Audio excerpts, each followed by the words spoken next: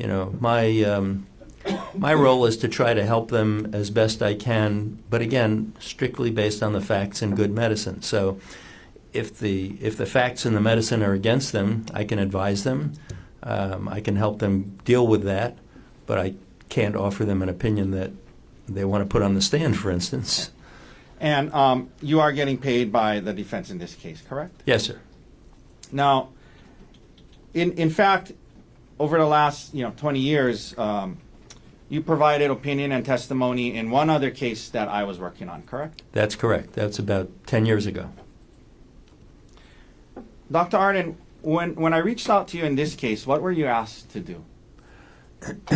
When you reached out to me for this case, I was asked to assess the injuries that Ms. Koenig had and to compare them to the accounts excuse me, of how the injuries occurred and to determine the nature and severity of those injuries and whether they did or did not match the accounts for how they occurred. Okay. In order to help you do that, did you review certain materials? I did. By the way, did you prepare a report in this case? I did. And are all the opinions that you're giving today and you gave in your report given to a reasonable degree of medical probability? Yes, they are. I'm going to ask you what you reviewed. Would it be helpful to see the list included in your report? It would. This is his report, which is Exhibit D85. May I approach, Your Honor? You may. Okay, I'm handing you D85, which is this your report, Doctor? Yes, it is. Okay. And I think on one of the pages, does it have the materials you reviewed? Yes, on page 2 of the report, it does include the list of materials I've reviewed. Okay, could you please let the jury know what you reviewed in this case before rendering your opinions? Yes, first of all, I reviewed various documents from the Honolulu Police Department. Those included statements and documents related to statements from a Sarah Buxbaum, an Amanda Morris, a statement of Ariel Koenig. I then was also provided the transcript, the written transcript of recorded interviews of Ms. Koenig. There were 4 of those at different dates. Also provided photographs of Ms. Koenig and Dr. Koenig and the scene and some of the evidence. And then there's a physician's report that was filled out by 2 of the physicians at the Queens Medical Center. That's actually a police document. There was also an investigation report from the prosecutor's office here. And then there were medical records for Ms. Koenig, first from the Queens Medical Center, and then from her primary physician, that was the Kaiser Permanente physician. And then finally I was provided a transcript of the grand jury proceedings. Okay. Thank you, sir. I'll just leave a report. Is it okay if I leave the report up there with him, Your Honor? It is. All right. So, getting into your opinions in this case, Doctor, I want to ask you a few questions. You saw in the documentation and you referenced in your report that Ms. Koenig had a stellate laceration to her scalp. Is that right? That's correct. I want to ask you some general questions about stellate scalp lacerations first and then get into the specifics of the injury, okay? Yes, sir. Doctor, one of the things you note in your report is that scalp lacerations are notorious for substantial bleeding. Can you explain this to the jury and why that is the case and what you mean by scalp lacerations are notorious for substantial bleeding? Yes. To begin with, just in case terms have not been properly defined, laceration, by its very definition, is a blunt impact injury in which, by the nature of the impact, their soft tissue gets torn or split open.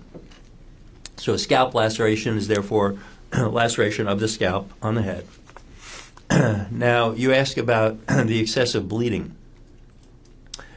The scalp tissue is what we call, in medical terminology, highly vascularized. What do you mean by that? Highly vascular. Excuse me, that's fancy language for it has a great deal of blood supply. So, if you damage the scalp tissue, which has a great deal of blood supply, it will bleed excessively. In fact, scalp lacerations are notorious for bleeding tremendously. This is, excuse me, something that's even, for many people, common knowledge, that if you get an impact to your head, if you split open the scalp, even a small laceration tends to bleed tremendously, and sometimes it looks pretty horrific. Oh. I know you have a cough. Yes, thank you you so much. I'm going to hand you this water. Thank you. I've been, my apologies. I've been fighting a sinus and bronchitis thing for a while. Okay. Okay. You know, given what you just described about scalp lacerations being kind of notorious for substantial bleeding, my next question is the amount of blood from a scalp laceration a good indicator of how serious the injury medically is? No. And in fact, that's exactly the point when I talk about excessive bleeding even from a small scalp laceration, namely that if a small one will bleed tremendously and you know, there'll be blood on the head and running down the face, and it looks horrible, to put it simply. That doesn't mean that that is a serious injury. It doesn't mean that there's anything life-threatening about that injury per se. It's an artifact of the fact that those scalp lacerations are known to bleed so excessively. Okay. For example, let's pull up S15 if we can, Mr. Dirks. This is a photograph in evidence, and you see how, doctor, there's a lot of blood. It looks horrible. It does. Again, you know, in this case, when you saw the photographs, but then also reviewed the medical records and, you know, particularly, you know, the information provided by Dr. Grosjean and Dr. Whitney and the Queen's medical staff. In this case, after you saw the bloody photos, in your opinion, does the amount of blood in this case accurately convey how serious the injury is medically? No, in my opinion, it definitely does not accurately convey the severity or the seriousness of that injury. Okay, thank you. We're going to get into that a little more in a second, but generally speaking, what is a stellate laceration? Stellate is an anatomical term that describes the configuration of certain injuries. And the word stellate means star-shaped. So you can see this with some lacerations.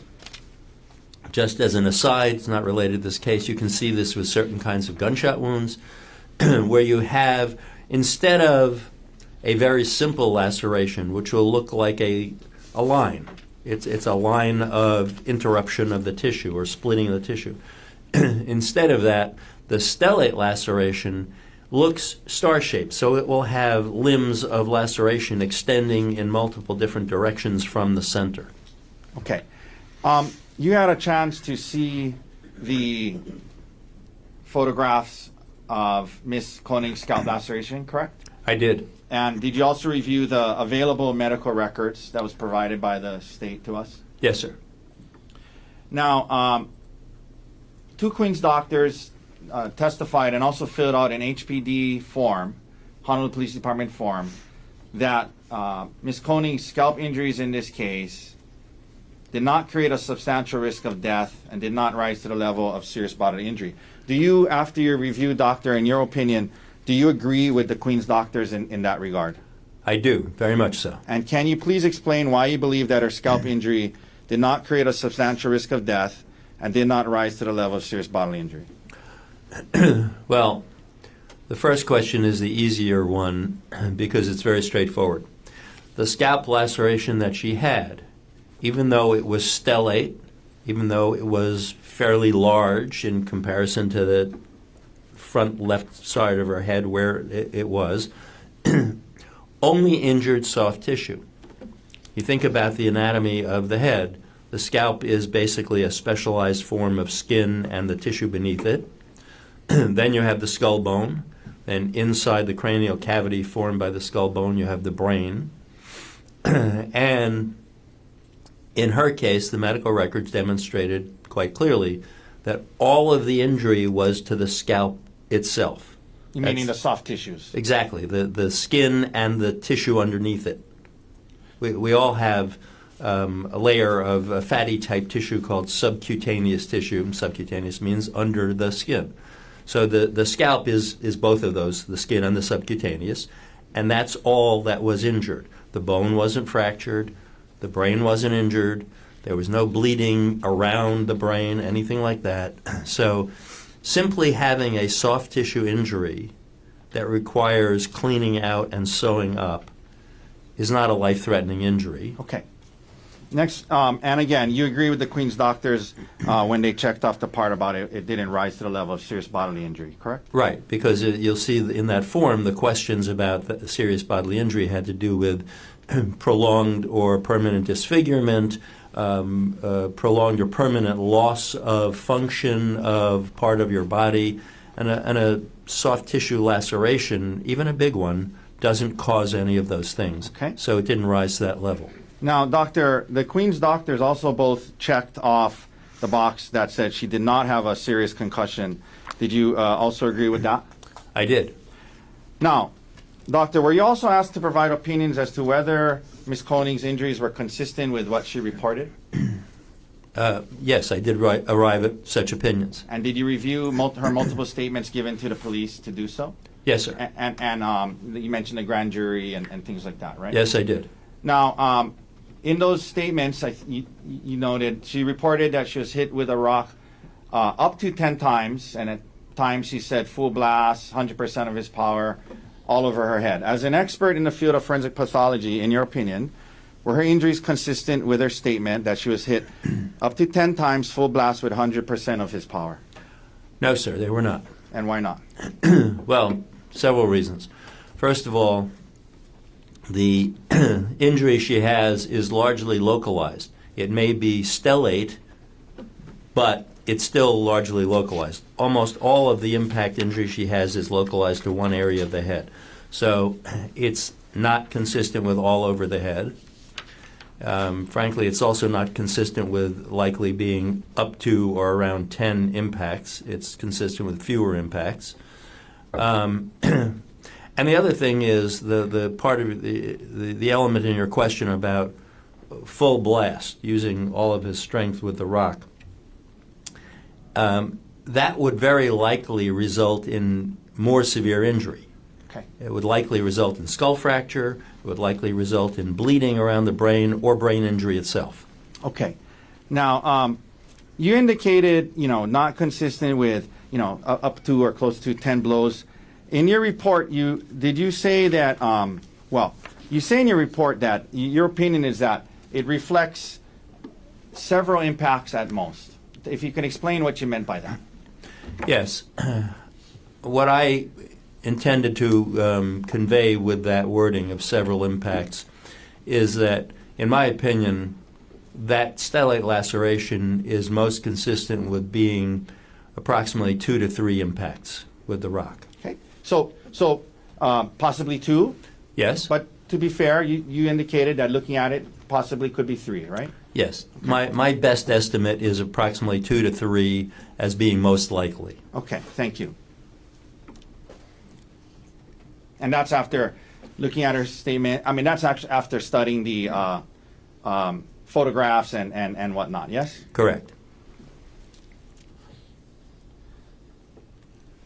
In the statements that you were provided, did you see where Ms. Koenig was telling the detective that her back of the head was being bashed against the ground? Yes, she did state that. And did you find her injuries to be consistent with that statement? No. She had said being grabbed by the hair and having her head bashed into the ground, the back of her head. There's no description of any injury to the back of her head in the medical records, nor were there any brain injuries. There's a particular pattern of brain injuries that could occur if the moving head strikes the stationary ground, such as being bashed into the ground that way, and she didn't have any of those either. Okay. And to be fair, I should ask you this earlier. I mean, it's a to be fair, it was a complex laceration on her scalp. Yes. Oh, yes, sir. Okay. Now, you mentioned in your report an injury to her eye, and I want to ask you about. You made some comments about her eye injury. Are the orbital bones around the eye thin and fragile? Some of them are. The orbit is the eye socket, and some of the bones that form the eye socket, especially the roof of the eye socket, as we call it, those are very thin, fragile bones that can be easily broken. Okay.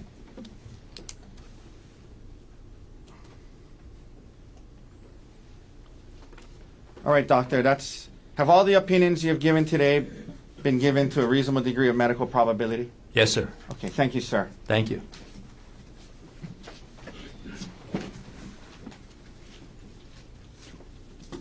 Mr. Barner, cross-examination. Yes, take just a moment to set up. I'm sorry. I had one last question. I apologize. Go ahead. I meant to ask you this. I missed it. You reviewed the Queen's HPD report and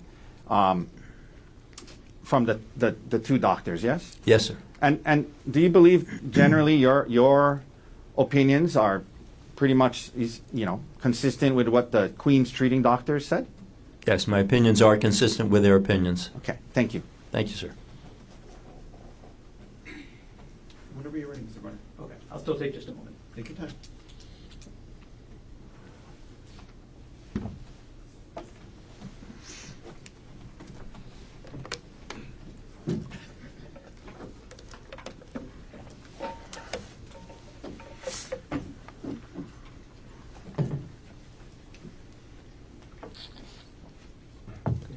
Dr. Arden, before I start with the questions in my cross-examination, I'm going to hand you a binder with several exhibits, including your report, your CV, the medical documents, the transcripts that you said you reviewed. So I'm going to approach you with that now, and previously shown to defense. Thank you. Thank you.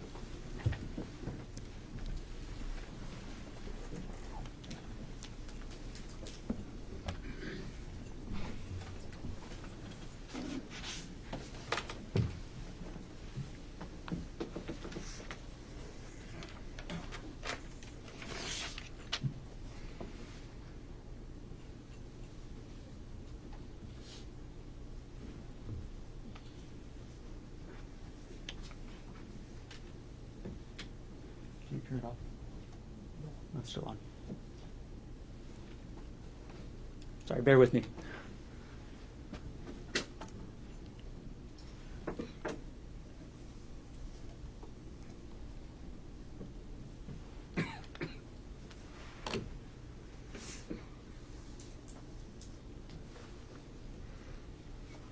Okay. Ready? Yes, sir. Thank you. Good morning again, Dr. Arden. Good morning, sir. Right. I want to follow up on a couple of things, but before I get further into your opinion, can I go over some stats with you? And this is from your CV. Sure. You said you've been an MD since 1980, is that right? Yes, sir. Okay. And after you got your MD, you became a resident in anatomic pathology first, right? Correct? Okay. And then a resident in forensic pathology, is that right? Yes, sir. And then you worked full-time for the government, for various agencies in different states, as a forensic pathologist from 1984 to 2003, is that right? Yes, sir. In 2004, you began to consult in forensic pathology, is that right? I did. Actually, to be clear, I had done some consulting work in the years before that, but that's when I began basically trying to make a full-time job out of consulting. This right here is a critical courtroom moment. When the doctor says his opinions are based on a reasonable degree of medical probability, that's not casual language. That's the legal gold standard for expert testimony.